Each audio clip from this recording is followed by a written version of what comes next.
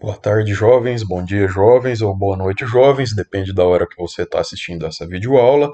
Aqui é o Termodinâmica e nós vamos começar a falar de tópicos relacionados à segunda lei da termodinâmica. Em especial, a grandeza que vai receber uma enorme atenção nessa parte inicial do curso seria a entropia, cuja letra usada para representá-la é a letra S maiúscula.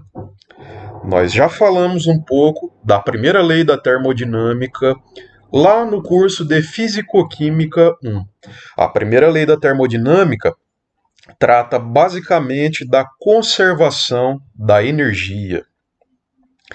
Usando a primeira lei da termodinâmica, nós podemos prever quais fenômenos na natureza são possíveis e quais fenômenos são impossíveis de acontecer. Os fenômenos possíveis de acontecer são aqueles fenômenos que conservam a energia. A energia total é conservada. Se saiu energia de algum lugar, então ela foi para algum outro lugar. Se houve um déficit de energia em algum local, é porque houve um incremento de energia em outro local. A conta tem que fechar, tá? A primeira lei trata da conservação da energia. Então, fenômenos que ocorrem,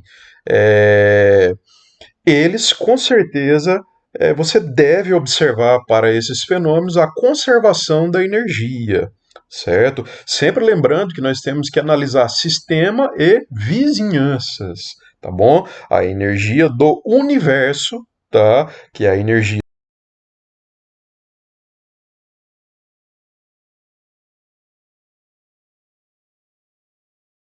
classificar aqueles fenômenos que são possíveis em fenômenos espontâneos e fenômenos não espontâneos.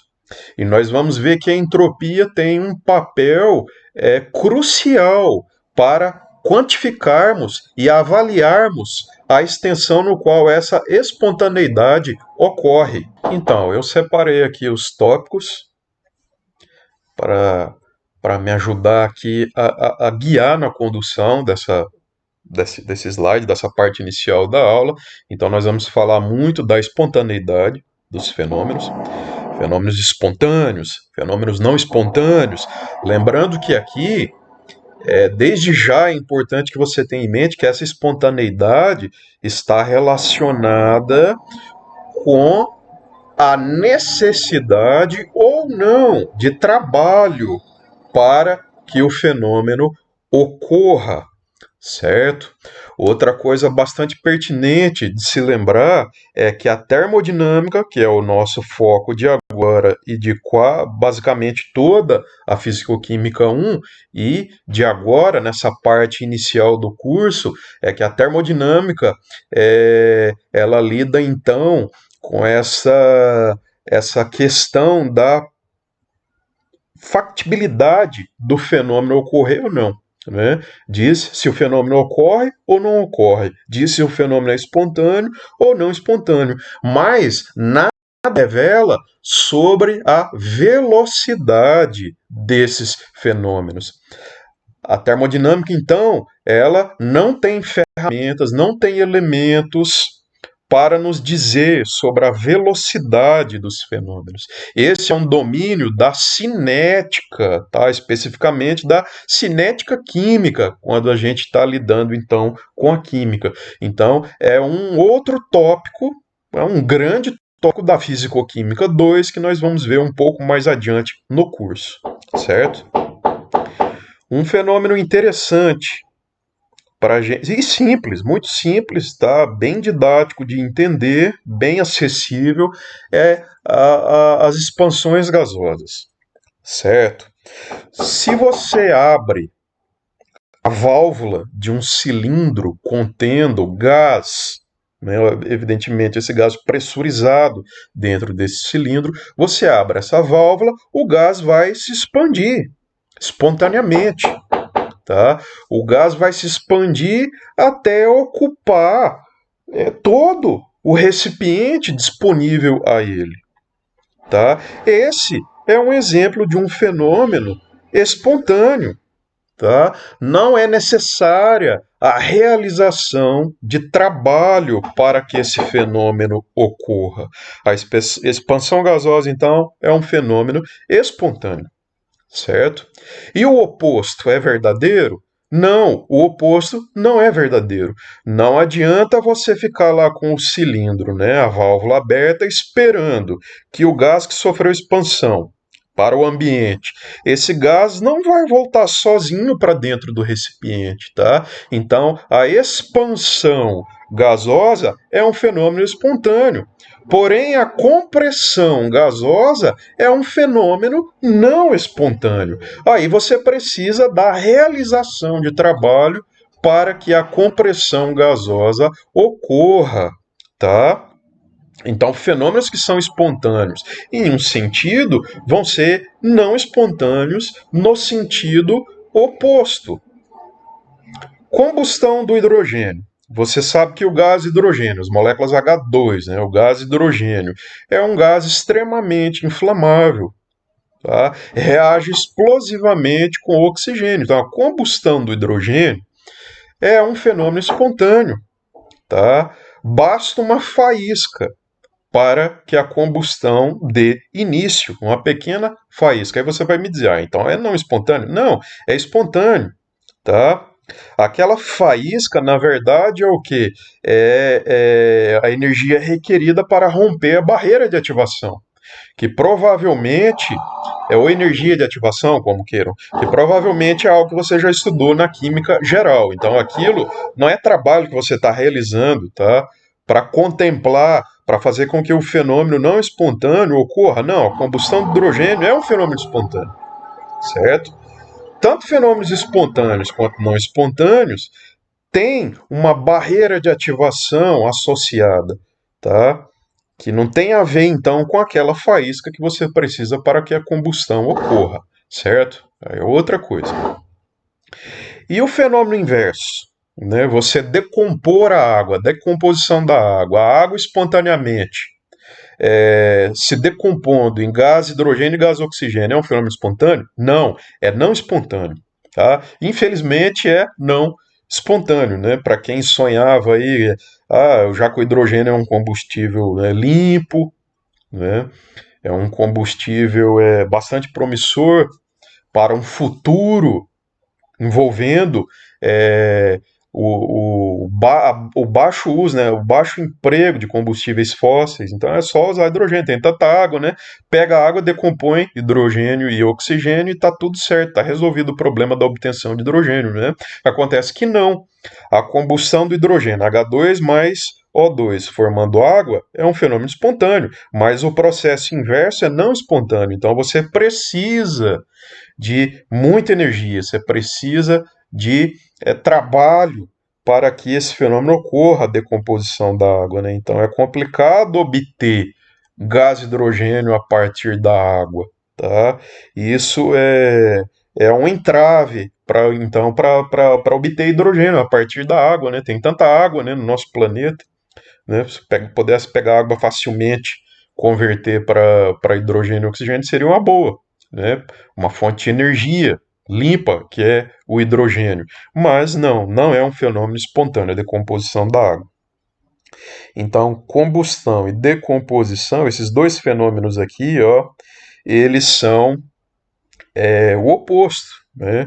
Um vai em um sentido, outro vai em outro. Então, por isso que eles não são ambos espontâneos. Um vai ser espontâneo e o outro não espontâneo.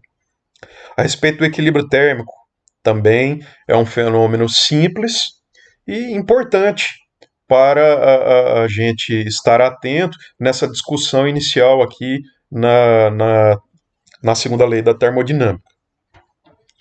Você pegar um objeto quente, né, que está em uma temperatura maior do que o ambiente, o que é o natural ocorrer?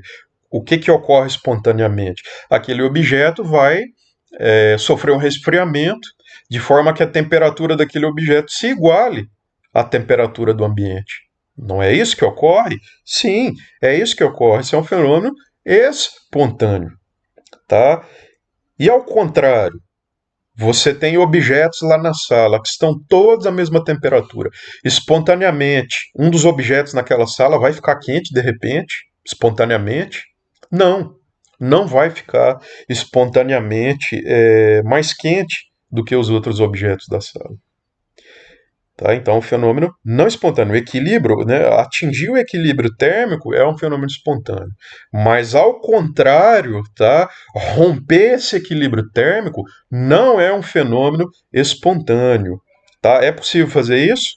Um objeto, eu tenho todos os objetos na sala com a mesma temperatura. É possível fazer com que só um deles sofra aquecimento? É possível, mas não é espontâneo, certo? Então, são detalhes muito elementares aqui para entender a segunda lei, mas que são cruciais e importante a gente ficar atento a esses detalhes que eu mencionei até aqui. O livro-texto que nós usamos tanto para Físico-Química 1 e vamos usar aqui para Físico-Química 2, que é o livro do Atkins, Os Fundamentos de Físico-Química, volume único, terceira edição, que é aquela que eu tenho, mas não está comigo, está lá no IFSC, lá no meu armário. E aí eu tenho que ficar usando essa aqui, essa versão americana, não traduzida. Agora me recordo, americana, inglesa, não me recordo onde foi editado, lançado esse livro aqui. Mas enfim, normalmente é o capítulo 4, que trata da segunda lei da termodinâmica. Mas olha o livro que você tem em mãos, tá? Para ver se realmente é o capítulo 4. Então, fazendo referência àquele artigo que eu deixei disponível, né? Que eu tentei lá do meu jeito, né? Não sou tradutor profissional, traduzi lá para vocês a primeira parte, pretendo traduzir o restante, mas lá trata dos conceitos, né? Do que é entropia e as críticas à palavra desordem, né? E lá mesmo, naquele artigo, fala de um autor reconhecido mundialmente que usa a palavra desordem para caracterizar entropia. Tá? Então é bom que você esteja atento. Tá? Ó, Atkins usa. Ó. Fala em desordem aqui. Tendência da matéria e energia tornarem-se desordenada. Então, uma coisa que você não pode nem pensar em escrever nas nossas avaliações é dizer que entropia é desordem. Né? Lá no artigo está bem claro o conceito, tá? A definição de entropia. Tá? Então, vamos estar atentos a esta questão, certo? Então, entropia não é desordem, tá? Escreveu isso na prova, não vai pontuar, tá bom? E tá cheio disso aí, né? Você pode encontrar isso aí em vários livros que fazem essa colocação, que entropia é desordem, e lá no artigo tá claro sobre os problemas de se usar desordem para falar de entropia. Bom, pessoal, avançando aí sobre entropia. Eu não vou me preocupar aqui em definir o que é entropia, porque eu acho que está bem documentado lá no artigo passado para vocês. E quem leu, beleza, quem releu, melhor ainda, está bem documentado lá sobre a definição de entropia. Mas é importante nós passarmos por esses tópicos aqui. Vou comentar brevemente que a entropia é uma função de estado, certo? Uma determinada massa de substância, isso, vamos falar em termos de massa, uma porção, uma amostra de uma substância a uma dada temperatura, a uma dada pressão, tá? Tem uma determinada entropia, certo? E essa entropia, ela independe do histórico dessa massa, dessa amostra de substância que você está considerando. Tá? Não interessa qual era a temperatura inicial, não interessa qual era a temperatura final, desculpa, não interessa a pressão inicial, não interessa a temperatura inicial, tá? O que interessa é o agora, tá? A entropia é uma função de estado. Aquela amostra com aquela temperatura, com aquela pressão, sempre vai ter a mesma entropia, certo? Não interessa o passado, o que interessa é o presente. Então, isso é uma função de estado, assim como a entalpia é uma função de estado, como nós vimos na Físico-Química 1, certo? Então, a entropia é uma função de estado, ou seja, independe do histórico, depende apenas do estado atual do sistema, certo? É uma grandeza extensiva, tá? Sendo que o valor da entropia vai estar associado com a extensão, com a quantidade de matéria da amostra, ok? Amostras contendo diferentes quantidades de matéria do mesmo material, tá? Mesma temperatura, mesma pressão, vão ter entropias diferentes, sendo que essa entropia é proporcional à quantidade de matéria, tá? Mais matéria, mais entropia. Então, reforço que entropia não é grau de desordem, certo? Não é desordem, não é ordenamento, não é desordenamento, e que a entropia do universo tende a aumentar com a ocorrência dos fenômenos espontâneos, certo? Então aqui eu já estou te dando uma dica. Como é que o químico vai saber se tal fenômeno é ou não é espontâneo? Olha, pela sua experiência, você consegue dizer tranquilamente muitos fenômenos, classificá-los como espontâneos ou não espontâneos, certo? A sua experiência te permite isso. Mas e aqueles fenômenos que você não conhece? Como é que vai fazer? E outra, o químico, ele vai memorizar todos os fenômenos, todas as reações químicas possíveis? Evidentemente que não. Nós temos que ter uma ferramenta que nos permita decidir se um fenômeno é espontâneo ou não espontâneo. E que ferramenta é essa? Que grandeza que permite isso? A entropia. Mais especificamente, a variação de entropia, certo? Então, quando você está diante de um fenômeno espontâneo, quer dizer que o ΔS, a variação de entropia total, ou seja, do universo, sistema mais vizinhanças, aumenta para os fenômenos espontâneos, tá? E a variação de entropia, ela é positiva nesses casos, já que a entropia aumenta, né? É repetitivo falar, né? Pleonasmo falar, mas se há um aumento de entropia, ΔS positivo. Tá? Então, fenômenos espontâneos, o ΔS total, que é a variação de entropia do universo, sistema mais vizinhanças, é positivo. ΔS é maior que zero para fenômenos espontâneos. E o ΔS vai ser menor que zero para fenômenos não espontâneos. Então, é assim que o químico decide se tal fenômeno é ou não é espontâneo, se tal reação química é ou não é espontânea, certo? É pela análise, é pelo cálculo da variação de entropia total. Sempre que eu falar nessa Físico-Química 2, variação de entropia total, tem que ter em mente que é o quê? É a variação de entropia do sistema mais vizinhanças. Tá?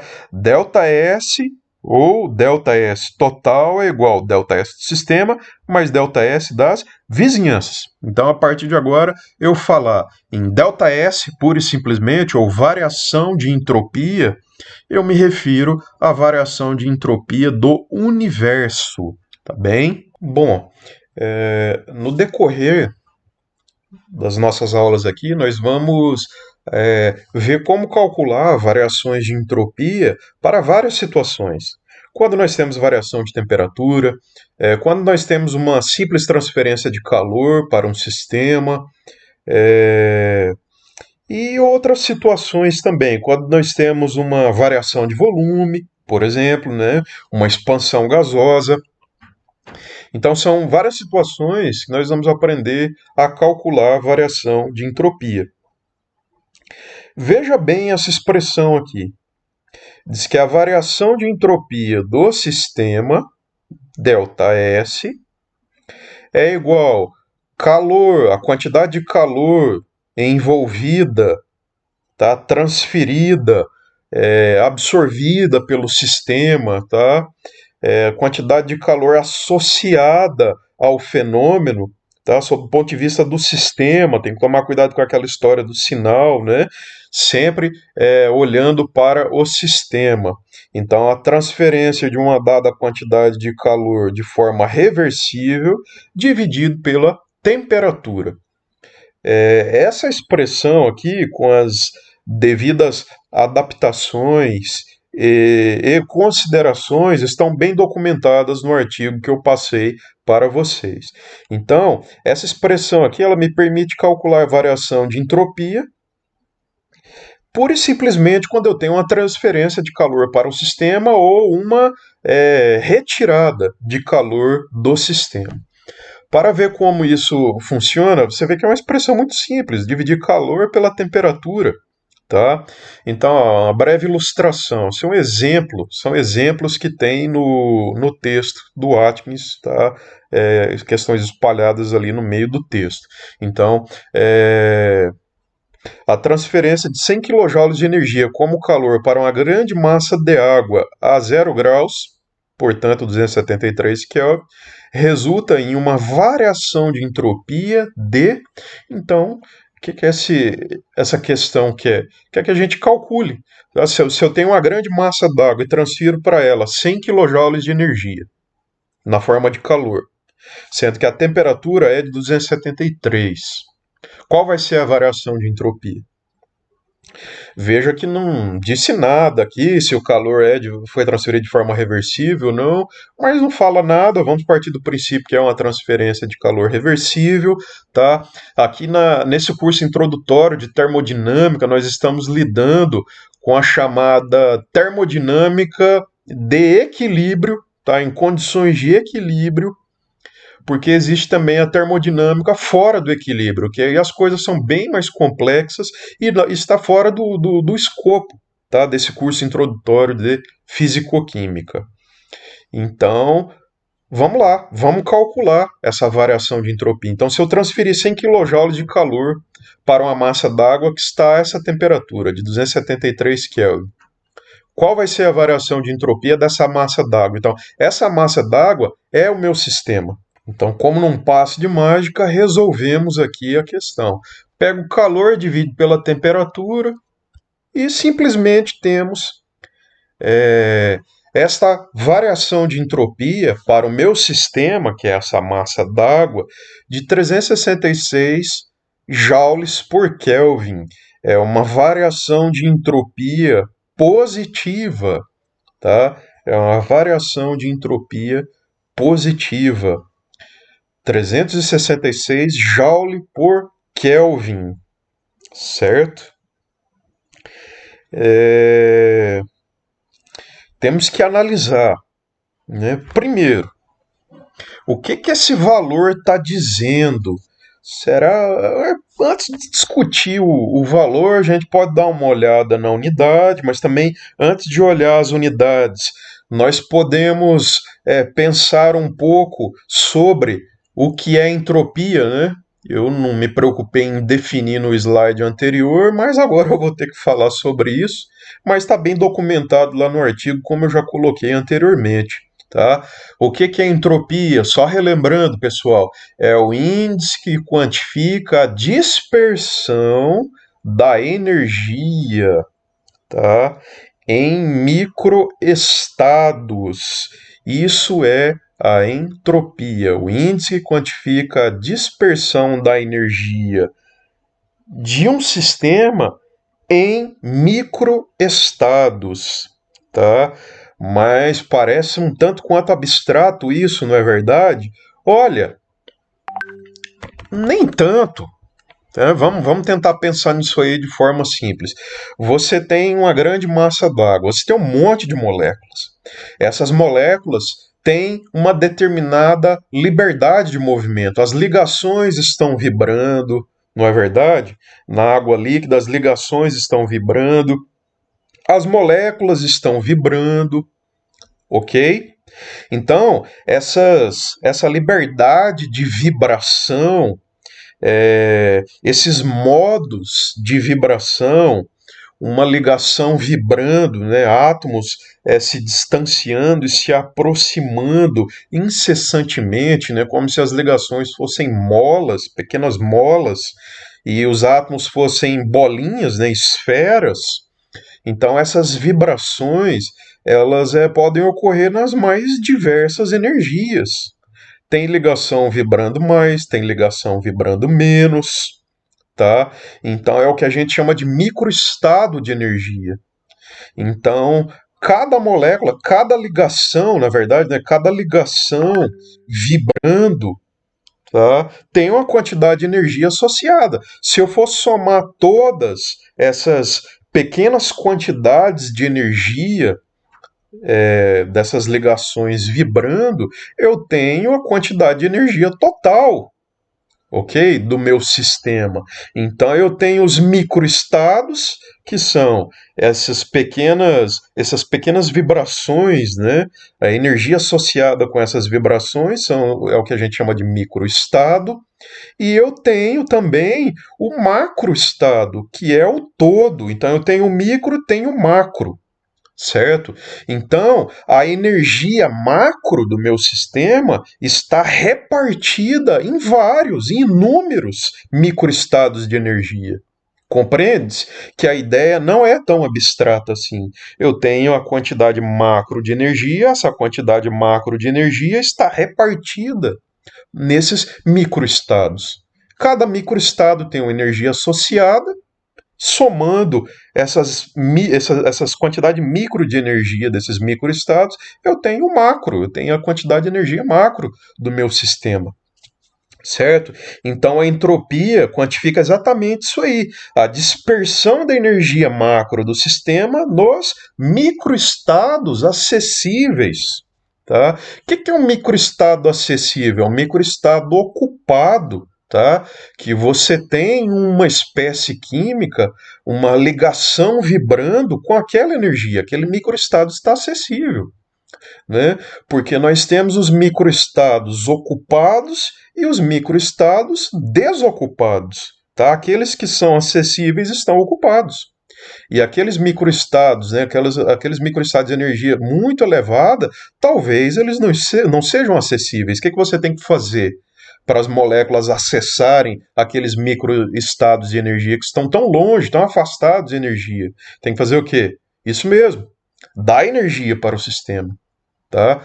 Por exemplo, aumentando a temperatura, tá bom? Dando energia para essas moléculas popularem esses microestados, ok? Então, quando você dá calor para essa quantidade grande de água, você está transferindo energia. Você está transferindo energia para essas moléculas. E essas moléculas vão pegar essas energias, né? Vários microestados vão pegar essas energias e nós vamos ter um repartimento. Nós vamos ter uma dispersão dessa energia transferida como calor para esses microestados de energia. Compreendes? Então a ideia não é tão delirante, ela não é tão abstrata. Né? Você está dando energia para essa massa d'água. O que as moléculas vão fazer com essa energia? Ora, essa energia vai ser repartida. Essa energia não vai ficar só com 10, 15 moléculas, não. Essa energia vai ser repartida para esse grande número de moléculas. Tá? Então, quando eu dou energia para essa massa d'água, essa energia está sendo dispersada, está sendo repartida para as moléculas, tá? Para esses microestados de energia dessas moléculas. Então, quando eu dou esse calor para essas moléculas, eu estou dispersando 366 joules de energia para cada Kelvin de temperatura do meu sistema, ok? Esse é o significado. Então, essa é a variação de entropia do meu sistema. Uma variação positiva, claro, você está dando energia para as moléculas, mais energia vai se dispersar, mais energia vai ser repartida entre as moléculas. Por isso a variação de entropia é positiva. Tá vendo? Não tem erro. Então nós temos que prestar atenção. E um detalhe interessante: isso o Atkins não te mostra, certo? Isso o Atkins não te mostra. Essa explicação que eu estou dando para você, tá? Estou abrindo seus olhos para você entender o que significa essa variação de entropia. Então, o Atkins não é nada feliz nessa parte de entropia aqui. Fala de desordem e ordem o tempo todo, dispersão da energia, dispersão das moléculas, aumento da desordem. Então, tá, isso o Atkins não te mostra dessa forma. Até você falar que essa é a dispersão da energia, sim, não está errado. Agora vai ler lá e ver se está bem colocado dessa forma.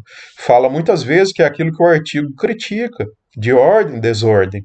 Então essa é a energia que foi dispersa, tá? A energia que foi dispersa nos microestados. Essa é a variação de entropia, o incremento na entropia, certo?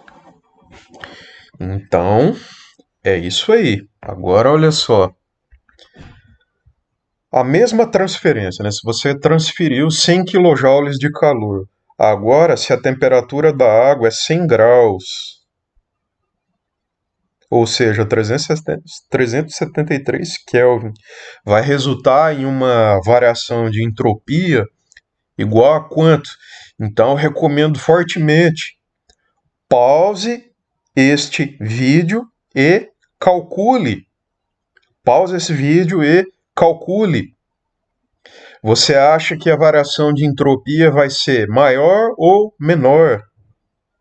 E pergunto mais, por quê?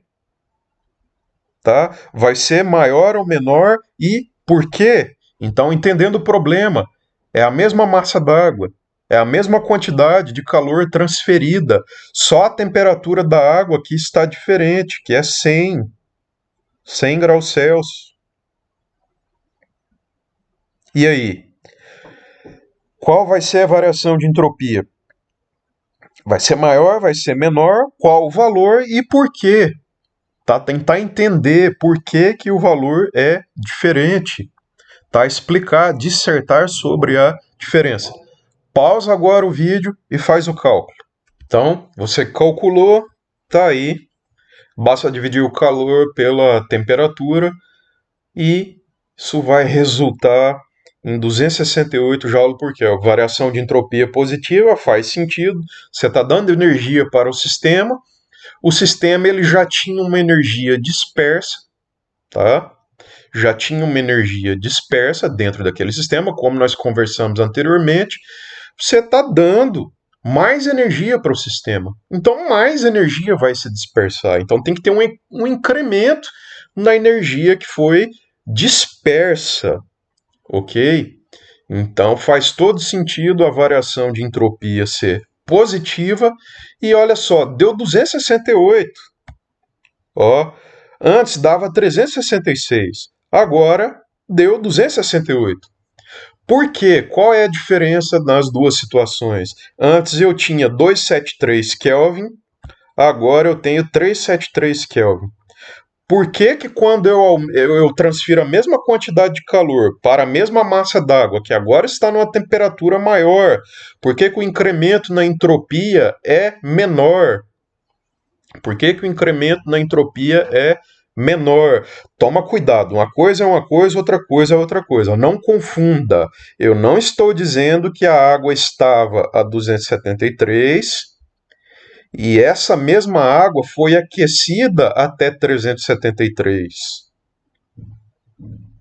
Não estou dizendo isso, tá? E pedindo para calcular a variação de entropia. Não. Nós tínhamos uma massa d'água a 273 Kelvin, foi transferido 100 kJ de calor. Qual foi a variação de entropia?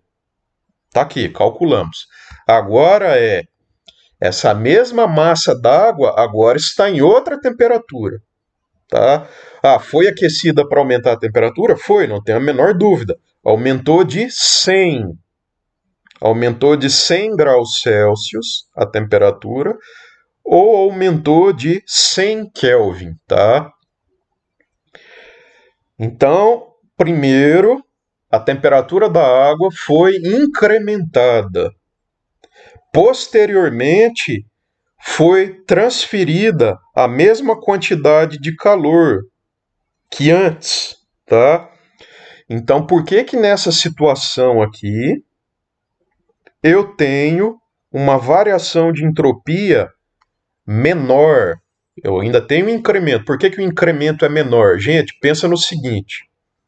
Eu até vou copiar aquilo para cá, ó, para facilitar o entendimento. Olha só. Então, se eu tenho, lembrando que nas duas situações, tá, nós estamos transferindo a mesma quantidade de calor, ó, para a mesma massa d'água, porém em temperaturas diferentes, certo? Então, a questão é, quando eu tenho que as moléculas d'água estão a 373 Kelvin, eu já tenho muita energia dispersa. Porque quando você aumenta a temperatura das moléculas, você está dando energia para elas e elas obrigatoriamente vão ocupar níveis de energia superiores, microestados de energia superiores, tá? Então, a 373 Kelvin, eu já tenho uma grande dispersão da energia, que é maior do que a dispersão de energia 273. Tá? Então, eu tenho uma situação onde eu já tinha muita energia dispersa, aqui eu tinha uma situação com menos energia dispersa, aí você vem e dá uma determinada quantidade de calor, 100 kJ de calor. Tá? Então eu vou ter um grande incremento na dispersão da energia. Ok? Aqui o incremento foi menor porque eu já tinha muita energia dispersa, porque a temperatura era maior.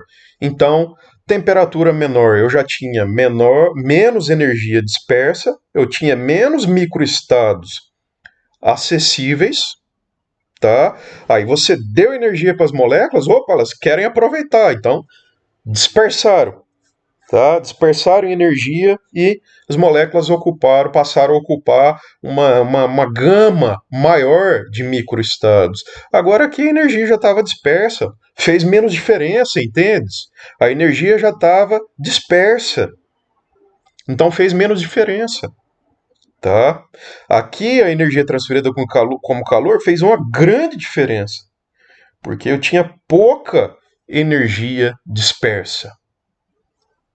Aqui eu já tinha muita energia dispersa, então fez pouca diferença a quantidade de calor que você deu. Essa é a minha interpretação sobre a discrepância desses valores. Tá? Não tinha que dar igual, claro que não, né? Claro que não, mas essa diferença eu interpreto dessa forma, tá bem? Espero que você tenha entendido.